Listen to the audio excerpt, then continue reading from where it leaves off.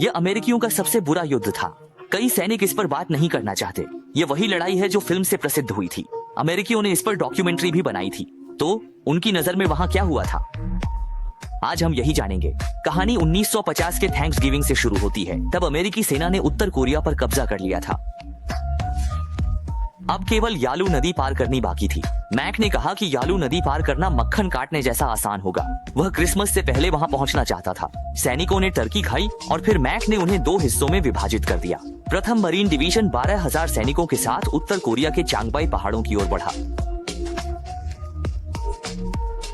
सेना -25 डिग्री के तापमान में ठिठक गई। तापमान तेजी से गिरने से आपूर्ति बाधित हो गई। अमेरिकी सेना ने चांगजिन जलाशय के पास डेरा डालने का निर्णय लिया।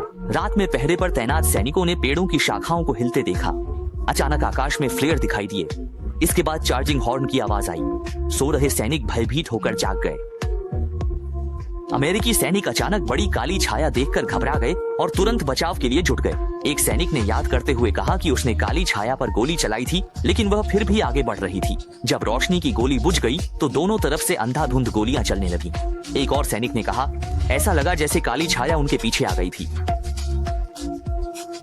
उत्तर कोरियाई कैदियों ने थोड़ी पूछताछ में सब बता दिया। कल रात के काले साए 2 डिवीजनों की चीनी सेना थी। चोसिन जलाशय की लड़ाई एक छलावा थी। असली चीनी सेना पहले ही पीछे से पलटवार कर चुकी है। यानी चोसिन जलाशय में अमेरिकी सेना अब चारों ओर से घिर चुकी है। फर्स्ट मरीन डिवीजन के कमांडर ओलिवर स्मिथ हैरान रह गए। माओ जेडोंग ने पहले ही एक अग्रिम दल तैनात कर दिया था, जो उत्तर कोरियाई सेना के साथ मिलकर अमेरिकी मुख्य बल पर नकली हमला कर रहा था और फिर जानबूझकर पीछे हट गया। माओ जेडोंग ने यह पूरी योजना इस तरह बनाई थी कि अमेरिकी सेना को लगे कि वे आसानी से जीत सकते हैं, जबकि असल में यह एक रणनीतिक चाल थी।